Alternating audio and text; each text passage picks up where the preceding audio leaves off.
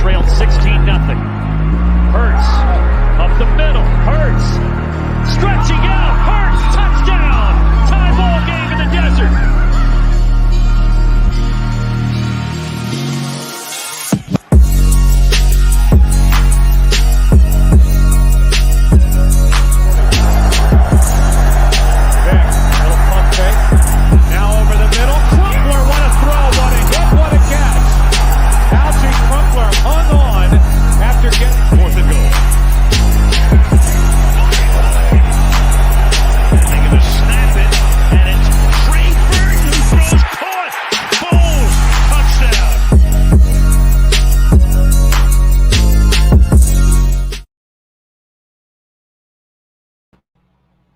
What is up, everybody? Welcome to another episode of Turf Talk.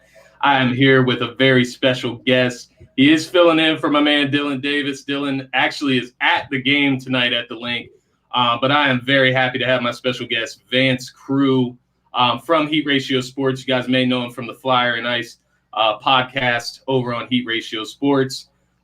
Vance, welcome to the show, my man. I do want to give you a quick opportunity before we dive into everything, before I dive into my sponsors here. If you just want to let everybody know what you got going on right now, where they can find you on Twitter, make sure everybody's plugged into what you got going on. Yes, sir. So my name is Vance Crew again. Thank you for the introduction, Scotty. I am 1/4 of the Flyer and Ice podcast. You can find us at Flyer and Ice Pod on Twitter. You can also find me on Twitter at Crew_Love0. And we got Jason Voorhees checking in with the Flyer and Ice Pod Love. Yes. Thank you for that, Jason. Thank you for checking in. Jason said he loves man. Hey, my man, I love my man. Love. This is my man. So I am very happy to have him on here. You, Jason. I love Jason too. Jason is awesome. And guys, keep an eye out next week. I will be having Vance. I just said it. I love Vance. I'm going to be having him on my Scotty Talks NBA show next week. So we will be chatting it up about the Sixers.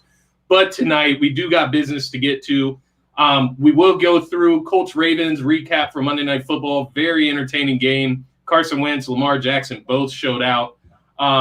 We'll get into surprises and disappointments from Week 5, quick overview of Week 5, and then we'll dive directly into Bucs and Eagles for the most of this show.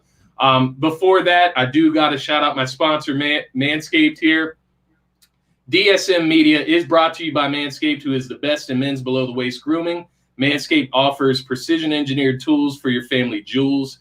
Manscaped just launched their 4th-generation trimmer, the Lawnmower 4.0. You heard that right, the 4.0. Join over 2 million men worldwide who trust Manscaped with this exclusive offer for you. 20% off and free worldwide shipping with the code DSM at manscaped.com. Manscaped engineered the ultimate groin and body trimmer by focusing on intelligent functionality and an incredibly comfortable grooming experience. Their 4th-generation trimmer features a cutting-edge ceramic blade to reduce grooming accidents thanks to their advanced skin-safe technology. This upgraded trimmer includes a multi-function on and off switch that can engage a travel lock. It also gives you the ability to turn the 4000K LED spotlight on and off when needed for a more precise shave. And did I mention the wireless charging? The new wireless charging system uses electromagnetic induction, which can help battery length last longer. Get 20% off and free shipping with the code DSM at Manscaped. That's 20% off and free shipping at manscaped.com using DSM. Unlock your confidence and always use the right tools for the job. With Manscaped, your balls will certainly thank you. And with that being said, guys, let's definitely get into this night full of football, full of NFL. Before we do that, I do just want to shout out my buddy Phil Stifle, Beard of Knowledge on Twitter, is doing a raffle. Once we get to a certain mark on our YouTube subscribers, he will be raffling off a Lane Johnson jersey. So definitely keep an eye on that. And if you're not subscribed to YouTube yet, make sure to subscribe to DSM Media on the YouTube channel. That will get you right into the raffle. Maybe you can win a Lane Johnson jersey. Vance, let's dive right in here, man. We got a little bit of a limited time. We started a little bit late here, but let's dive into this Colts and Ravens matchup on Monday Night Football. I was heavily entertained. I was actually surprised, by Carson Wentz's performance, which I know we will get into that a little bit. But, it's funny how when you really look at Carson Wentz's numbers so far this season, they're actually pretty good, and he's not turning the ball over that much, especially not compared to last season. And it's funny because the narrative has been kind of around Carson Wentz struggling this season or continuing his struggle from last season, which on the health side, yes, he's been a little beat up. Actually hasn't missed too much time for the Colts. What are your initial thoughts just on the Colts performance? We'll start with the Colts here.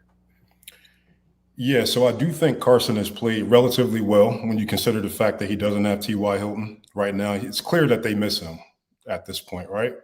And also, with the Colts, I think that defense may have taken a little bit of a step back. They're just not as stout, as they were last year. So, as far as their problems, I think Carson Wentz is way down on the list. Yeah. I think, like I said, they're missing a guy like T.Y. Hilton to help them stretch that field. Michael Pittman has grown a lot in the last year. He's performing really well, but they need that guy to stretch the field. And Pascal and, Paris Campbell, they're nice receivers, but, they're not stretching the field the way that they need to stretch the field. But the defense is really what has let them down, in my opinion. Yeah, and you saw that on Monday night as well. They started out really strong. They had control of the game.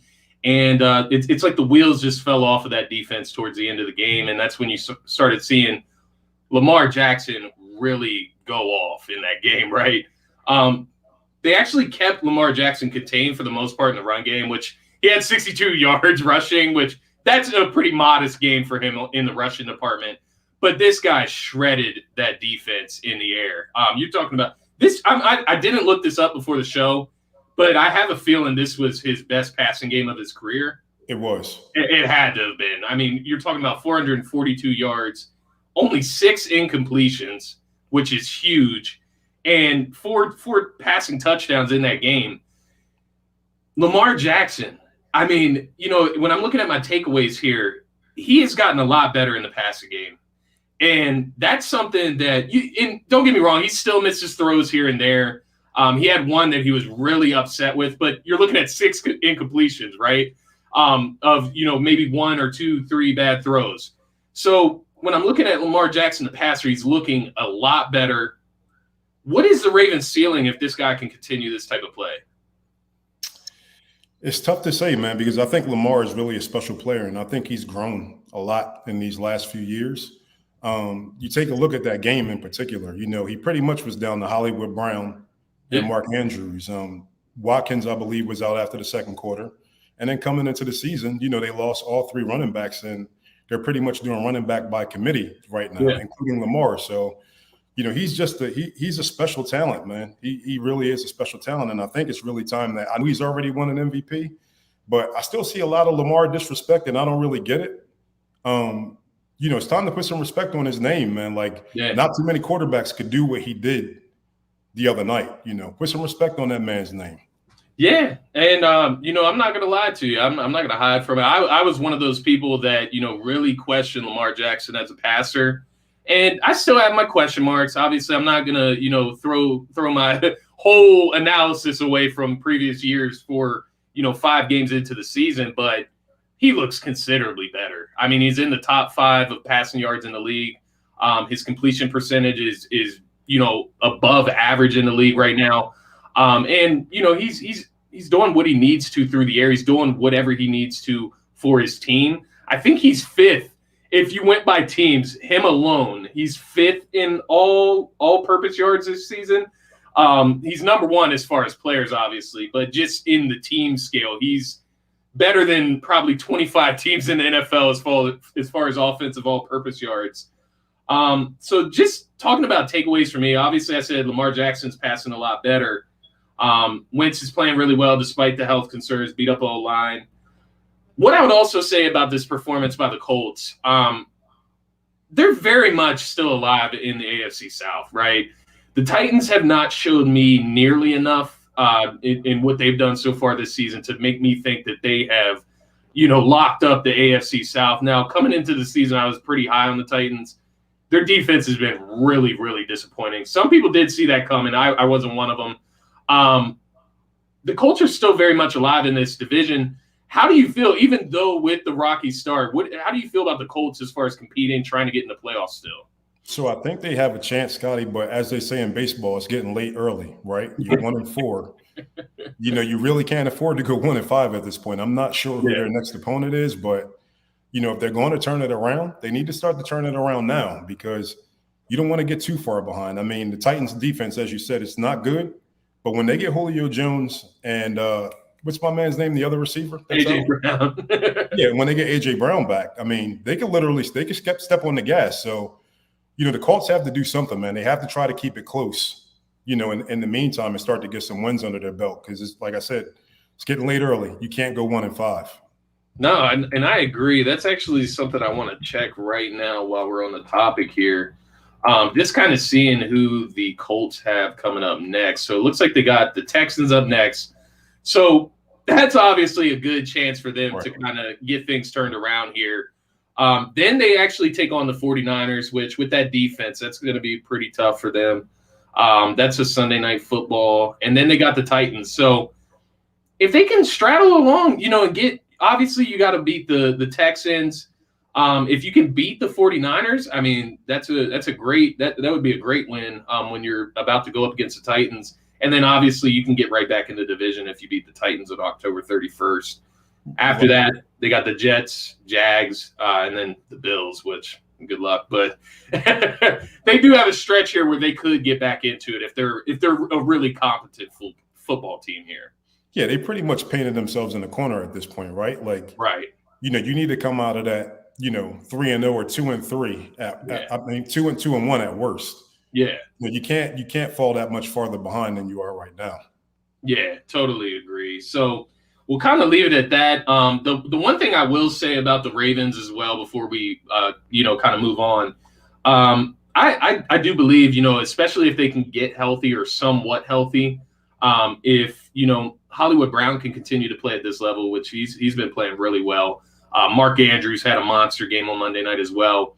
They're going to get guys like Rashad Bateman back in the mix, a rookie wide receiver that I'm actually pretty high on. I was pretty high on coming into the season. So he'll start to get some of these weapons back. Now, the running back situation isn't going to change too much. A lot of those injuries were season-ending for the most part. But I do believe that the Ravens can be a legit contender this year. And in previous seasons, I know they had the record to show for it, but I definitely didn't believe in them. But the way they're kind of rallying, showing resilience, the way Lamar Jackson is holding up and showing resilience late in games, I have a solid feeling that they can really be in the thick of it in the AFC this year.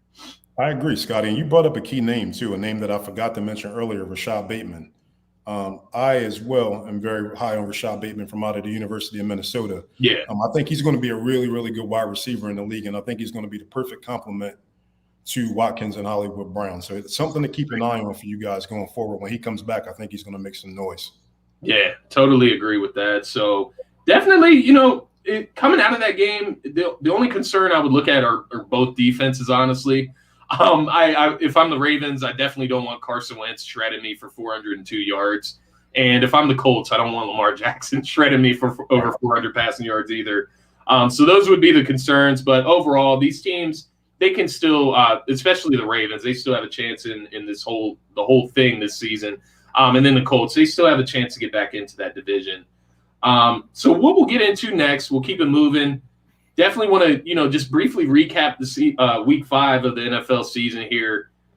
Let's start with disappointments from week 5.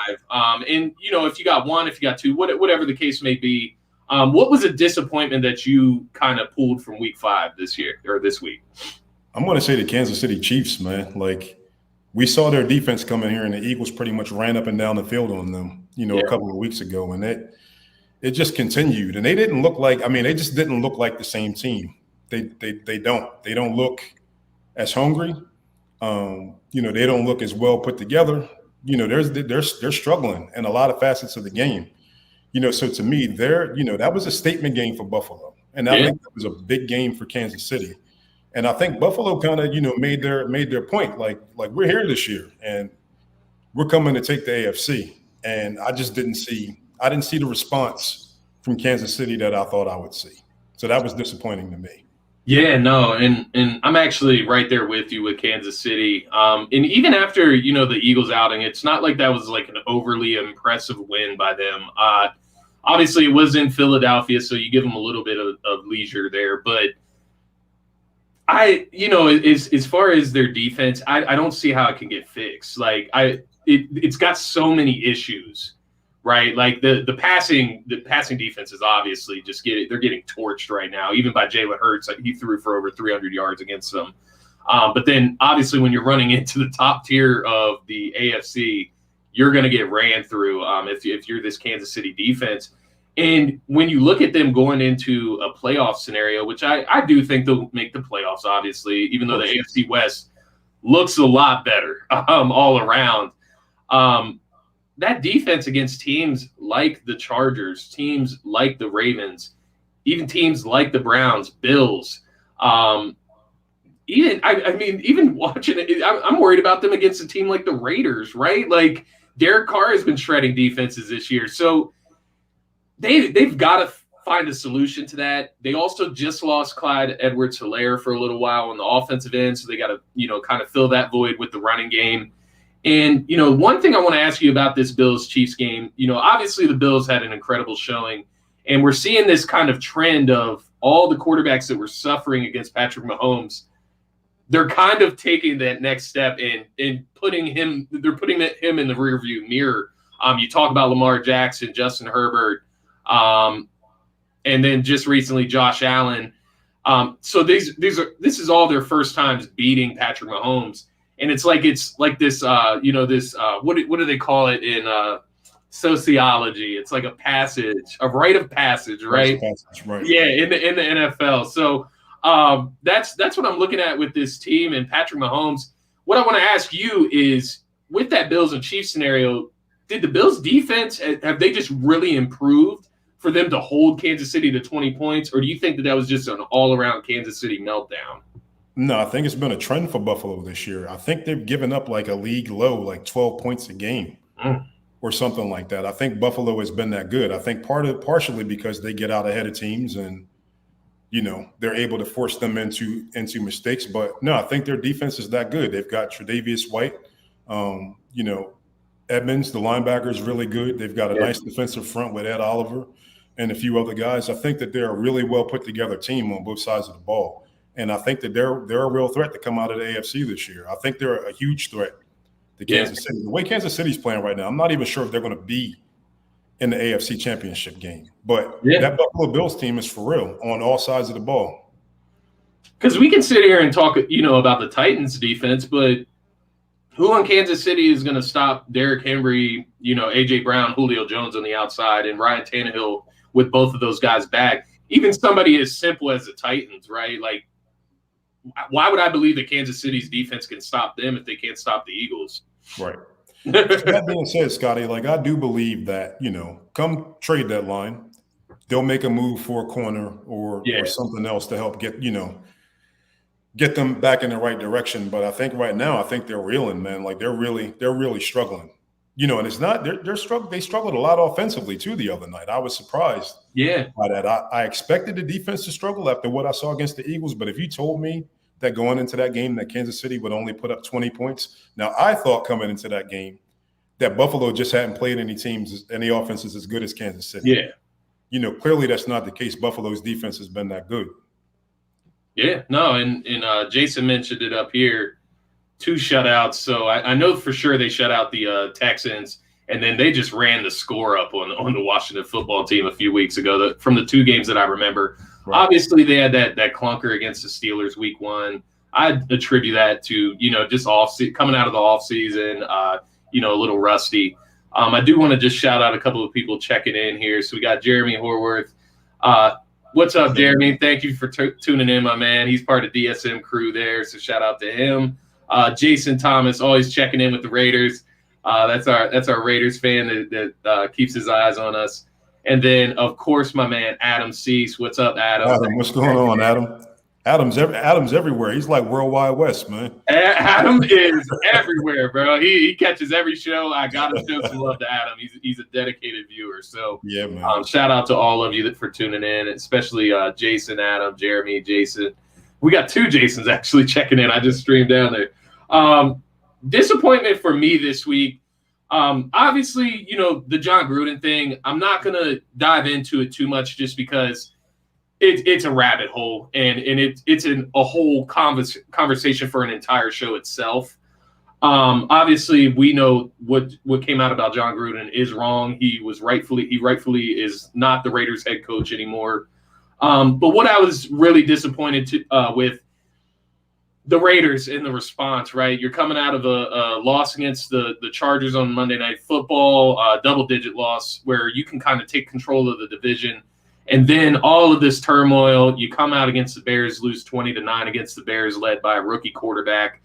And all of a sudden, the Raiders hype, right? The Raiders hype that was kind of building with that 3-0 start is subsided once again. And it's like it's always something that happens to the Raiders throughout the season where whether it's an injury to Derek Carr or an injury around, on the defense, beat up defense, now it's the head coach situation. So that was my disappointment. I'm not necessarily disappointed in the Raiders themselves. That's right. A tough situation to get through.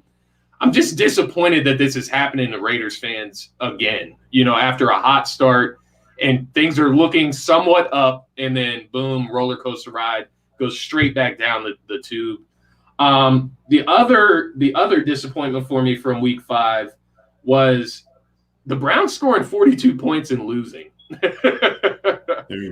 And, part of that is my surprise, which is the Chargers are legit contenders this year, right?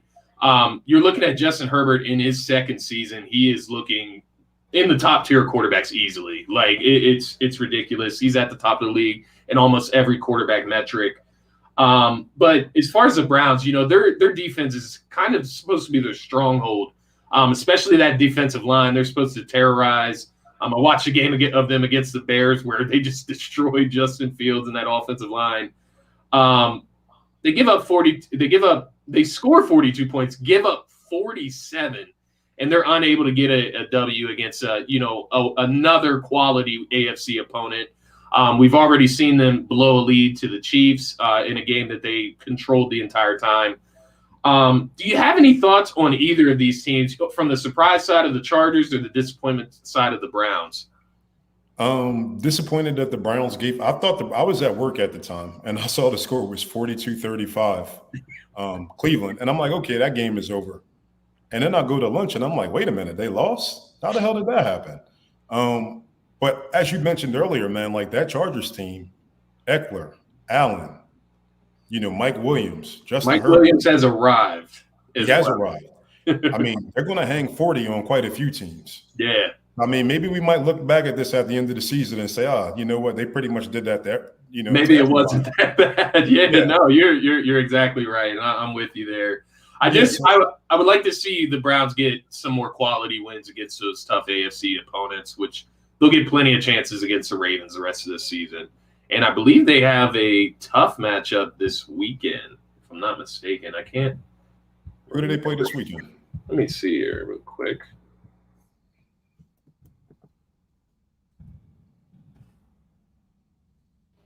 So they got the Cardinals. That's a tough matchup too. 5-0 Cardinals. That's a tough matchup too. I mean, we're talking about Kyler Murray's playing as well as anybody. Like we just talked about Justin Herbert. Kyler Murray is completing 75% of his passes. That's a ridiculous number. Yes. And he's got, I mean, you talk about a guy that has an embarrassment of riches at, the skill positions. I mean, even the kid Rondale Moore, from Purdue looks outstanding in that lineup. Yes. So, that's not it's not a gimme for Cleveland either. That's another game that might be a 35-32 game or, 42-35 game. The way that Arizona's rolling right now. Yeah, no, you're exactly right. And Arizona is actually at the top of my power rankings currently. The impressive thing about Arizona, aside from Kyler Murray playing flawless football right now, he's playing at an MVP level. He's not making the dumb mistakes that he's made in the past. He's kind of grown. It seems like he's matured out of that. But their defense has looked really good. They got a lot of playmakers on that defense. So that's what's kind of exciting for me about the Cardinals and what could prove to make them a legit contender. We got a question from Mentality here. start Schultz or Ertz. So Dalton Schultz or Zach Ertz. And if you ask me, I'm probably going to go Ertz. And then the reason I say Ertz is because Goddard's out tonight. I don't expect, Stoll to get a ton of targets. Yeah. So, I expect Ertz tonight to get at least 5 targets, I'm thinking, against that defense. And he has a chance to do some damage, underneath, I believe, tonight. Yeah. And I would also, just to kind of ride your coattail there, I also expect Ertz to be one of the more targeted presences in the red zone as well, which we'll get into that. With Goddard not there, Goddard is, it's like I'm already digging into the Eagles talk. Goddard, I don't understand why he isn't targeted nearly enough, but we'll get into that in a little bit here. Jason says, I would say Ertz, but I don't follow him, so just shooting from him. Yeah, Dalton Schultz has had an incredible season for the Cowboys so far. You just have to wonder when that fire is going to go out. Obviously, I think he'll come back down to earth after a while once teams start to catch on that he's actually good. But they do play the Patriots this week, so we'll kind of see how that plays out. Patriots have a decent defense. So I would definitely go Ertz in this situation just with Goddard out this week. Other surprises, just to kind of wrap up the Week 5 recap there. My other surprise was literally the Eagles with that comeback against Carolina on the road. What I was more surprised about, one, how bad Sam Darnold looked. He's played really well this season, and then the last 2 weeks he's been turning the ball over like crazy. So I definitely hope that he can cut that out. I actually am rooting for Sam Darnold in Carolina. Carolina is a team that I actually really like, especially when they have CMC, obviously. Their defense is real beat up. Any takeaways you had from that Carolina-Eagles matchup, just briefly? Yeah, so the one thing that's interesting that I noticed is, Jalen Hurts didn't have a particularly good first half. However, he did what leaders do. He rallied the troops in the second half. He made plays, and he got it done, along with the defense, stepping up. But one thing I noticed, man, I didn't hear as much chatter about how bad Sam Darnold was. Yeah. There's much chatter. And, pretty much all year we've had people watching Jalen Hurts and pretty much hanging on to every pass that he throws. Oh, it was too low, it was too high, or he missed the guy, he did this, he did that. Sam Darnold was pretty bad. Yeah.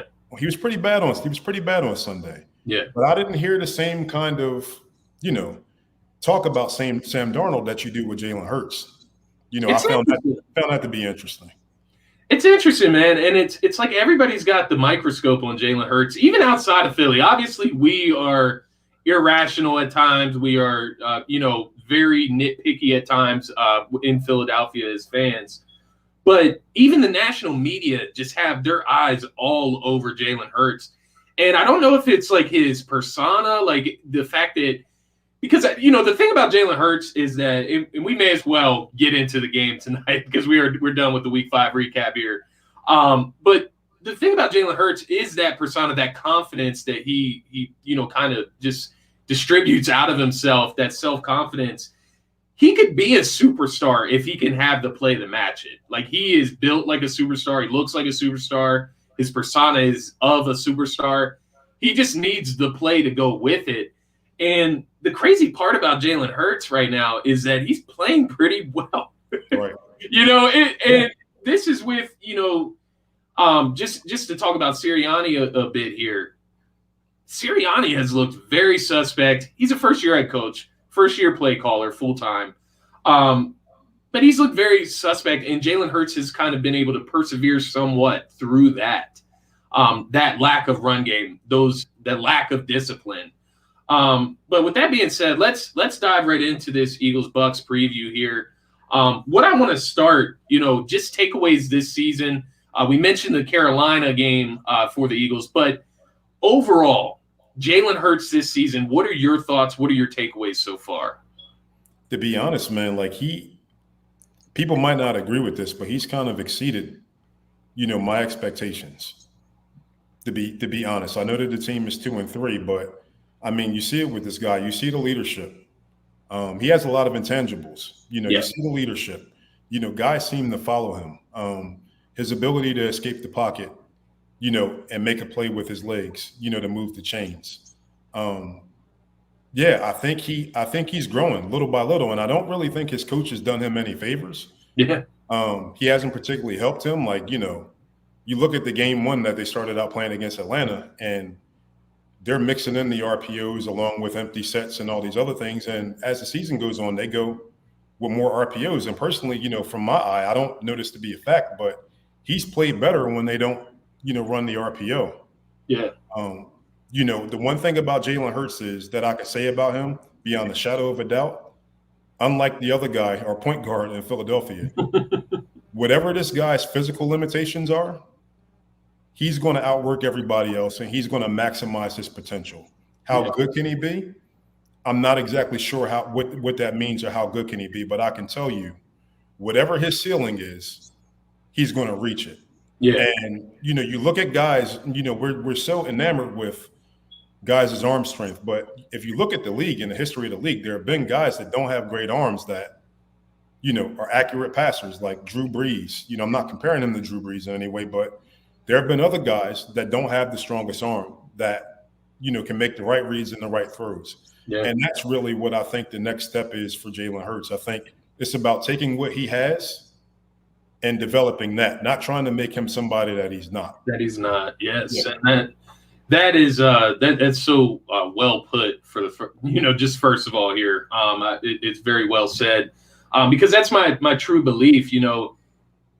As we go through this season, my biggest worry is that we're not even going to get a chance to see what Jalen Hurts can really be due to incompetent coaching. With that being said, that doesn't mean that I'm out on Nick Sirianni at all. It's 5 games into the season. He can very well pick up the slack here and start to get it together. That's what a full regular season is for.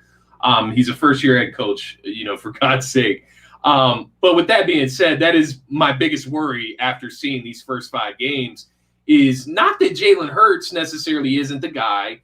I think, from what I've seen so far, I'm not calling him the guy, but if the offense is run correctly, if it's built around him, if we use these draft picks in this next offseason, if we use that cap space to kind of build up that defense, build that offense, maybe get some younger offensive linemen as well, he could be the guy. He's shown a lot of signs that he can. And I know everybody gets caught up when especially when they're talking about Jalen Hurts, where, that's great and all with the intangibles. That's great that he has the confidence, but can he play football? And everybody gets so caught up in that. But on the other side, the reason that Eagles fans are so enamored with Jalen Hurts is because the intangibles that Jalen Hurts has, our last quarterback simply lacked. Right. And it's what you talked about there. It's leadership, getting guys to follow behind you.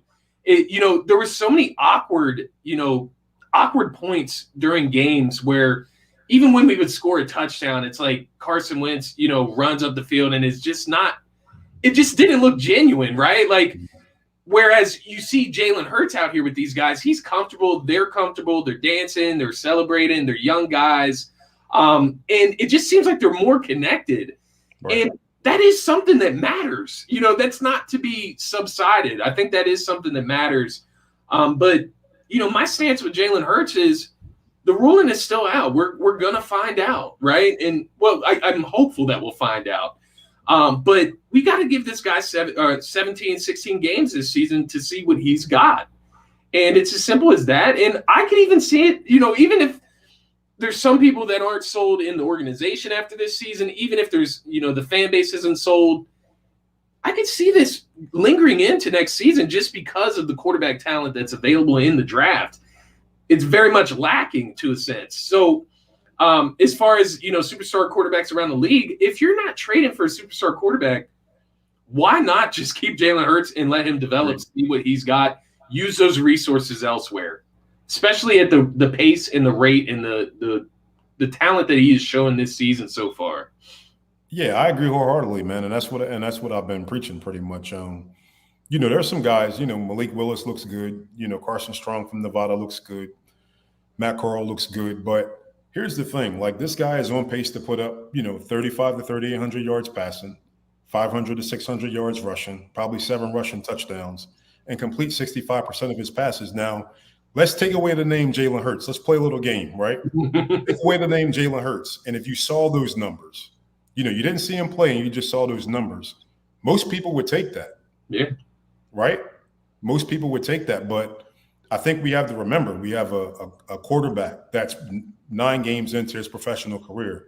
We have a head coach that's 5 games into his professional career after tonight. You got to give these guys a chance, and let them develop and at least let this whole thing play out. I don't think that there's any way that you can, kick Jalen Hurts to the curb if he completes 65% of his passes or throws for 3,800 to 4,000 yards or runs for 600. That kind of production doesn't just grow on trees. Yeah. I understand some of that might be due to the incompetence of coaching, them passing too much, not running the football, but those are still pretty damn good numbers. Like, I don't care how many throws he misses. If you look at the numbers and you take the name away, those are pretty good numbers, and most people would take that. Yeah, and I think that's, to your point, that's kind of what's getting misconstrued over this, over these last 5 weeks is, Jalen, everybody's calling it garbage time, everybody's calling it this and that. But if you look at the losses, the Eagles, it's something that we're going to get into now because I'm going to move on to Nick Sirianni. But the penalties, I mean, if you look at what the defense did against the teams like the Cowboys and the Chiefs giving up 40-plus points, what do you want this guy to do? Obviously, the Cowboys game, that was a clunker. He had the pick 6. He had 2 interceptions in that game. That wasn't a great game. But when you look outside of that Cowboys game, he has played pretty well. He's been pretty resilient. He's kept the Eagles in the game for the most part in the other 4 games. The other thing that I was looking at, and, as we get into Sirianni here, this is kind of what I'll lead it with. Sirianni has kind of, and I'm not saying that he beat Arthur Smith and that he beat Matt Rule, but you saw those 2 young head coaches struggle as well, right? You saw Matt Rule, his team struggle with penalties just as much as the Eagles did on Sunday, and it kind of killed them as well. Week 1, you saw an Arthur Smith-led team that didn't really look like they knew what they were doing. Right. So, you look at the other 3 games, you're looking at Kyle Shanahan, Andy Reid, and then, oh my goodness, it's blank, Mike McCarthy, which everybody's not high on Mike McCarthy, but he won a Super Bowl with the Green Bay Packers, right? Like, he has experience. He has Kellen Moore in that offensive coordinator position who has been calling plays really well. In those games, it just felt like they were simply outcoached. Just from a vague standpoint, it felt like they were simply outcoached. Whether that's on the defensive end, but the offense has looked very inconsistent as well, just as far as game planning and play calling. What are your thoughts on Sirianni so far? Is there any part of you that feels like he could maybe be a one and done in Philadelphia? Is there any part of you that feels that way? Or are you kind of just in the wait and see field? I'm more so in the wait and see field. I definitely don't see him as a one and done. Although we're only 4 or 5 games into the season, yeah. I think it's been somewhat uneven, I would say, more so as a play caller than as a head coach. Because the one compliment that I can pay him is that outside of the Dallas game, the team has pretty much showed up and played hard. Yeah, pretty much every game. So I'll give them that as a head coach. I guess my issues with him are more with the offense. Yeah, and the play calling.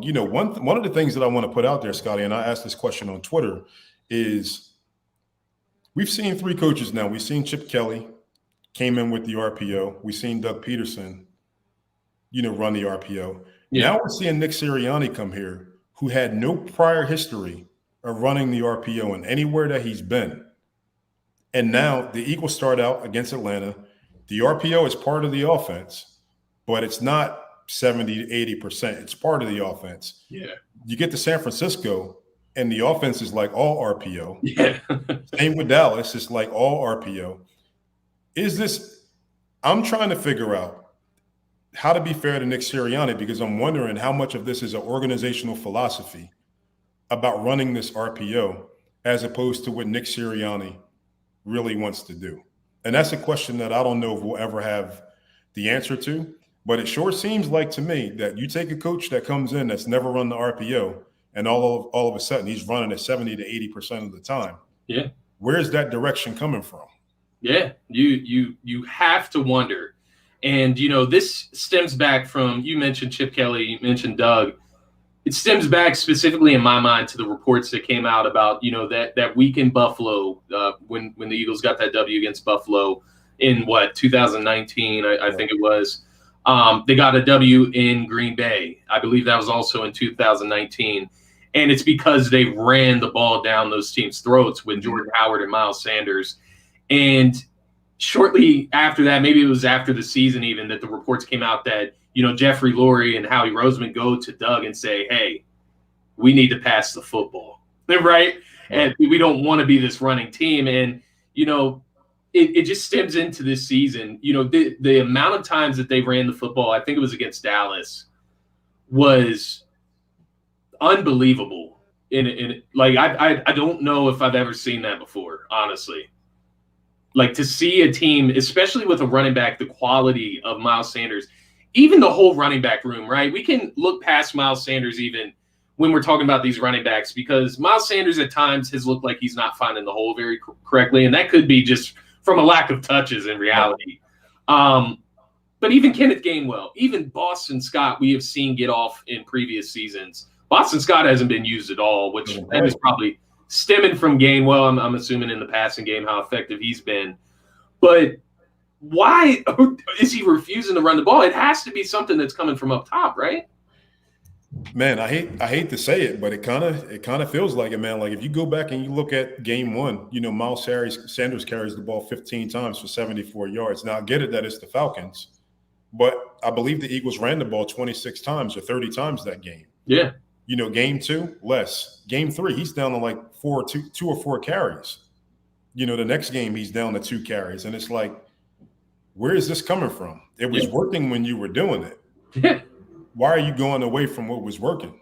And it doesn't really make a lot of sense. So, with that being said, maybe that was the reason why I was hired. It was rumored that, a lot of coaches might not want to come here because, the owner and the general manager want to have more say than what they should. And maybe that's why you end up with a guy like Sirianni. But, I truly would like to see what he could do as a play caller, because I honestly don't believe that he's really calling the shots when it comes to the type of offense that they're running. I think that's something coming from directly above him.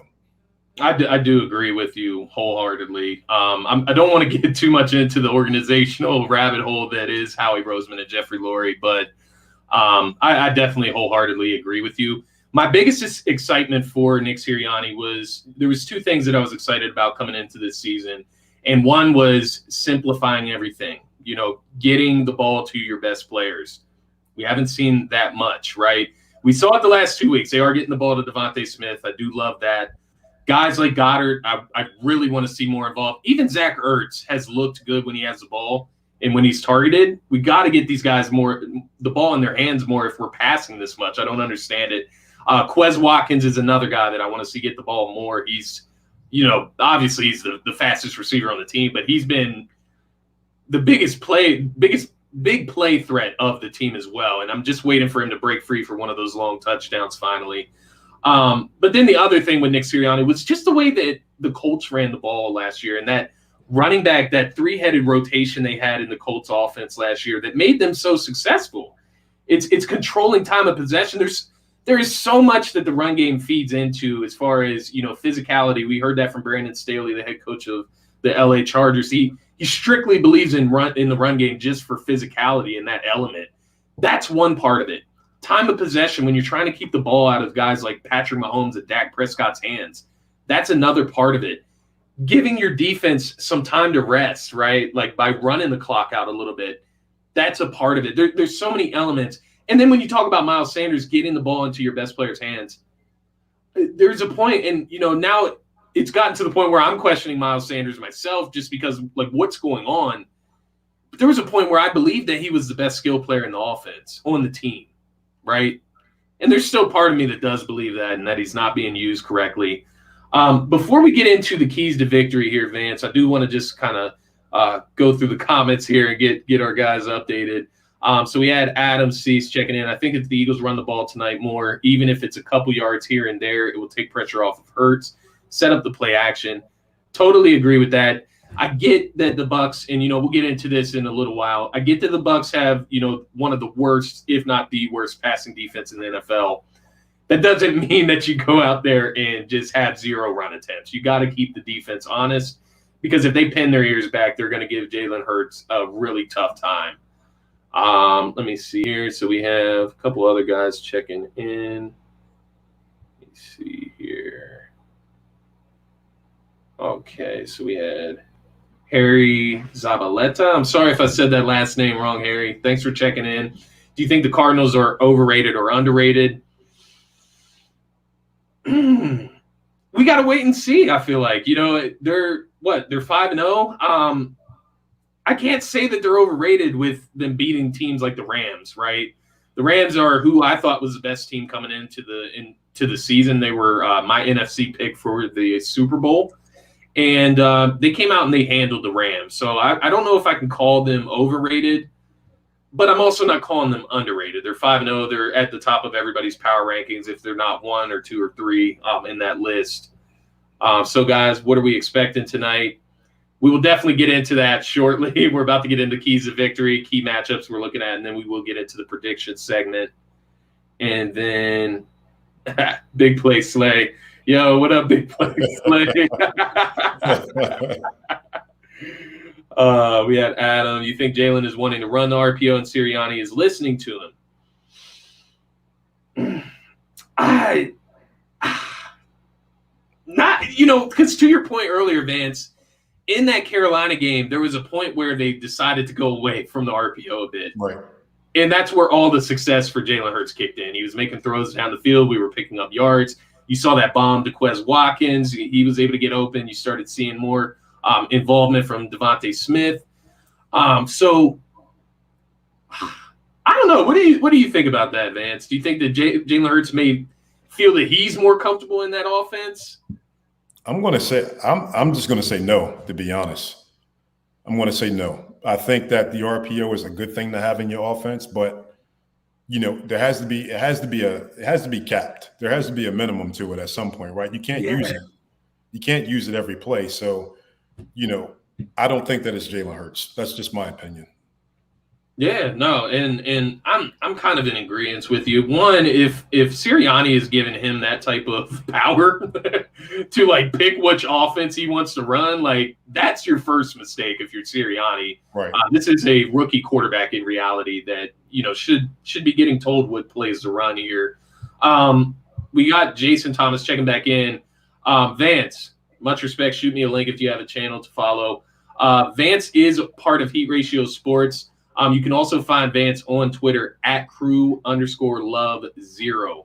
So definitely give him a follow on Twitter if you have Instagram. And then be sure, just type in Heat Ratio Sports in YouTube. You should be able to find the channel. But if not, definitely, hit us up. We'll get you the link to his channel as well. Make sure you can check out Vance's content because it's definitely good quality. Let me see here. Jason, thank you, by the way. Do you think they can get to Brady? So let's get into the keys of victory because we're getting a lot of questions regarding about it. My first key to victory, speaking of, is to pressure Tom Brady and control their run game because that's something that we've seen the Eagles get decimated by this season is opposing run games. We talk about how we don't run the ball while the other teams are running the ball down our throats at the same time. Do you think that the Eagles can get pressure on Tom Brady tonight? Yeah, I think they can. I think you start out by trying to get pressure with that front four, but ultimately, as the game goes on, you're gonna have to throw the kitchen sink at Tom Brady. You're gonna have to throw the kitchen sink at him. You're gonna have to get him off of his spot because one of the things that we know about Brady is if you let him stand back there, he's gonna pick you apart. And the fact that the Eagles run the zone that they run. Tom Brady has seen this 100. He's seen it 100 times. Yeah. You don't get him off of his spot if you don't blitz him and you don't get those legs moving. And when I'm talking about blitzing, I'm talking about a gap, like right up the middle, and get in his face and get him moving left to right. He's gonna kill him. So, yeah, the Eagles can get pressure on him. I'm interested in seeing how that front four does against that offensive line because I think that they can get pressure up the middle with Hargrave and Cox. Yeah. But ultimately, as the game goes on. to get him off of his spot and to make him uncomfortable, you're going to have to get him moving. And you do that by sending the blitz. Yeah, no, and I totally agree with you on that aspect as well. And it's funny because you mentioned straight up the A gap. One of my key matchups here tonight is Javon Hargrave, who, by the way, we haven't even mentioned his name. We haven't talked about the defense much at all. He should be in the running for Defensive Player of the Year. I know we're not winning a lot of games right now, but the level that this guy is playing at, and obviously he's right beside Fletcher Cox, maybe that partially has something to do with it. This guy's a freak if you just watch him play. I am looking at him directly up against, I believe it's Ryan Jensen. Apparently, he is a center for the Buccaneers. Apparently, he was beat up this week. There's a lot of Buccaneers that are beat up this week. That's one thing the Eagles have in their favor, despite their own injuries on their offensive line. But I'm looking at Hargrave up the middle, and he's got to definitely put the pressure on that entire offensive line, on that entire offense from that spot. But I'll kind of digress to you here. What is one of your key, just keys to victory for the Eagles tonight? I think if you're going to send the blitz, Scotty, I think you have to press a little bit. We haven't seen the Eagles do that a lot, and I know that's one of the techniques that Slay is really good at. Yeah. So to be honest, I think Slay does a really good job on Mike Evans tonight.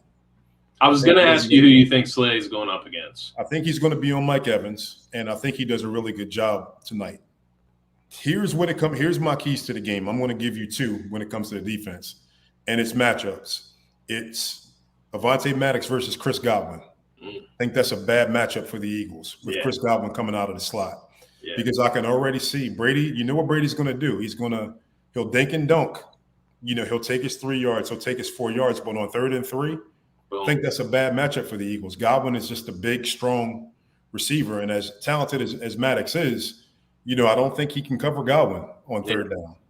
And the other matchup is AB versus Steven Nelson. I think that's another really tough matchup. Yeah. For the Eagles. And that's kind of where I give the Buccaneers the edge because I just don't see the Eagles having the answers, for those two guys in particular. Yeah, no, I'm with you. And, my thoughts coming in, like I said, I was going to ask you who you thought Slay would be going up against. I was going to say Mike Evans is their big play guy, but no, these guys are all big play guys, right. Especially AB. I mean, AB coming into the game, that's who I was most afraid of. I'm just thinking about his crisp route running, his breakaway speed, the ability to just, get open and take it 50 to 60 yards on any given play. And Tom Brady is just slinging it this year. I mean, he's playing it at MVP level. I believe he leads the league in passing yards. He's second in passing touchdowns with 15 touchdowns on the season. He is playing without Gronk tonight, so that does help to an extent. They still have Cameron Brate there, who's a pretty quality. He's a quality tight end, even behind Gronk. But yeah, I'm with you. Godwin. Now that you mentioned Godwin, thinking about him in the slot, and I think he's kind of forgotten in this offense at times. When you're looking at the big play guys like Mike Evans and the ABs of the world, Godwin is that killer in the slot, man. And you talk about crucial 3rd down plays. That's what it's going to come down to tonight, right? Like it's going to come down to those plays where you have to get stops, and you have to get your defense off the field. Are they going to be able to make those plays? Last week it took 3 interceptions and a blocked punt, right? So we're not going against Sam Darnold this week, but we're also not going against that same Carolina pass defense either. So that's a good thing. Yeah, man. Now that you said that, now that I'm really thinking about the logistics of the matchup, it is very worrisome. I'm just thinking about AB versus Steven Nelson, and man, that's not good. The other thing I'm looking at, I mentioned just controlling the Bucs run game, but Leonard Fournette, Jones, we can't afford to let these guys get off. Like that should be eliminated, right? Like we have to eliminate that. We can't lose to that. That's going to be demoralizing. But they're going to have to mix up the coverages, which is something that, I wanted to ask you about, Jonathan Gannon. Have you been impressed with it? How do you feel about Jonathan Gannon so far this season? Oh, man. It's hard to say, right? Yeah. It seems like the guys like playing for him. It seems like the guys like playing for him. I do think he made an adjustment the last game against Carolina. I think Fletcher Cox has said like the week or two before that he couldn't get in a rhythm, I guess, because he felt like he was being taken out of the game too much. And Fletcher Cox came back and had a really good game last week. Again, I think it's been uneven. With Gannon, he's coming from a defense where he says he didn't have a scheme. But on that defense, he had a lot of playmakers. He had Darius Leonard. He had Kenny Moore. He had DeForest Buckner. Yeah. He had guys that can make plays on all three levels. And in Philadelphia, our front line is decent, but our back seven, needs a lot of work. So he doesn't have a ton to work with. But, I'm willing to give him a mulligan so far over these first 5 games just because of that reason. I don't think he has a ton to work with. And I think he's doing the best with what he has. I do think that he needs to be a little bit more aggressive, especially on third down. Yeah. To get other teams off the field. Like sometimes you just got to send that blitz, man. You got to sell out. And if you get beat, you get beat. But you can't sit back and let teams pick you apart on third down. That would be really my only criticism of him. But, the Eagles just don't have the horses, at the linebacker position. They have one really good corner. They have one decent corner. And then the safety position is kind of like a question mark too. What does Rodney McLeod really look like coming off that injury? Right. And Harris has been somewhat of a disappointment in a sense, but I also think that people were kind of overrating him coming into the season as well. Yeah, there's an old saying, man, you can't get blood from a stone, right? Like you can't. You can only take them but so far. And, I do think he has to do a better job at getting teams off the field on third down, but at the same time, I think he needs more talent on that back end. Yeah, no, I'm with you. And that's simply, it's kind of what I was getting at earlier with the draft compensation going into next season. You have to invest in some talent on that defense. And I get we got salary cap. Sure, we can go out and get a few free agents, but you have to invest in some youthful defensive talent. And you saw the Cowboys go completely all in on defense in that most recent draft this past offseason, and it's paying off for them. You look at Micah Parsons, who's making plays all over the field. They picked up guys at all different levels of the defense as well. So definitely time to start investing on that side of the ball. The next thing I wanted to get into before we get to the predictions, because we definitely want to get out of here in a couple minutes. Sirianni versus Bruce Arians. It's kind of what I talked about earlier. Sirianni simply, if the Eagles want to have a chance tonight, Sirianni cannot get coached under the table like he has been in previous games. We mentioned it earlier. You got to balance out the offense. The other thing that I would say is he's got to take the training wheels off Jalen Hurts, right? If that's what the RPO offense is, if that's the training wheels, if that's the, trying to protect Jalen Hurts' confidence, we got to take that off tonight. Let him loose in primetime football, Thursday night football against the Buccaneers. You are at home in the Link. Let him loose. Let him play his style of game. Let him play football. We saw it last week. He's more comfortable playing quarterback, right? Like, not this RPO dump off guy. He likes going down the field, getting those, hitting those intermediate routes, which is something that we just need to let him loose with. Let him get him out of the pocket. Let him throw on the run. That's fine. But just about keeping the offense balanced. I want to see us get the ball in our playmakers' hands, obviously. Before I get you out of here, Vance, prediction for tonight. Do you want to go first? I can go first if you like. It's whatever you want to do here, my man. So I'll go. So I think the key to tonight, offense, Scotty, before I give my prediction, is getting vertical. It's getting vertical. This team has given up 314 passing yards per game, which is the worst in the league. They've missed 152 tackles, which is worse in the league. So get the ball downfield to your playmakers. Get Gainwell in the flat. Get Ertz underneath. But you got to get vertical tonight. This team is, the yards and the touchdowns are there to be had against this Buccaneers team. And I think the Eagles will do that tonight. I think they'll come out flying. That being said, in a shootout against Tom Brady, man, I just don't think – I think where the Eagles are right now, this is a learning experience for the coach, for the quarterback, and they just don't have the horses, quite honestly. So I think the Eagles play well tonight. I think they scored 27 points. I think the Bucs scored 33 points.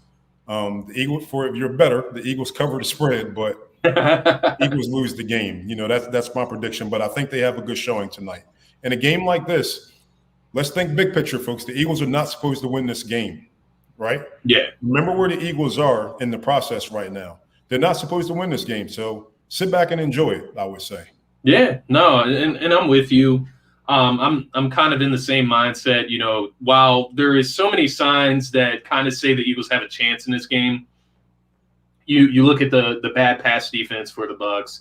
You look at the injuries for the Bucs. Tom Brady had a hand injury, but he still threw for 400 yards and like 5 touchdowns last weekend. You are at home. It is a short week. The Eagles have won 6 straight on Thursday Night Football. Take all of that with a grain of salt. These are the defending world champions that we're talking about. This is Tom Brady that we're talking about against a first-year head coach, first-year defensive coordinator, first-year offensive coordinator, first-year starting quarterback. There's so many firsts going on here that we need to slow down.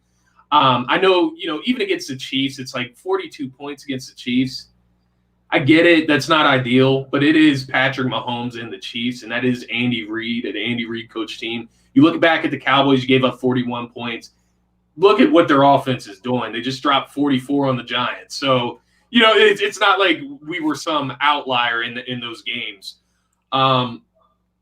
Take it with a grain of salt. I'm with you. I got the Bucs 33-25. So I got the Eagles 2 points under what you had them. So I don't think they're covering the spread. What's the spread? 8? Spread is, I think it was 6.5. Now it's back up to 7. 7. Okay, so it's sitting at 7. So yeah, I've got them just missing the cover there. I got the Bucs with the W this Thursday, but that doesn't mean that we don't take positives from this game. Doesn't mean that this can't be an eye-opening performance for Jalen Hurts and this offense, for Jalen Hurts and this Eagles team. All I'm looking for is growth and development every week. I'm not necessarily looking at the wins and loss columns. Obviously, I like to see my team win, but I'm looking for growth and development.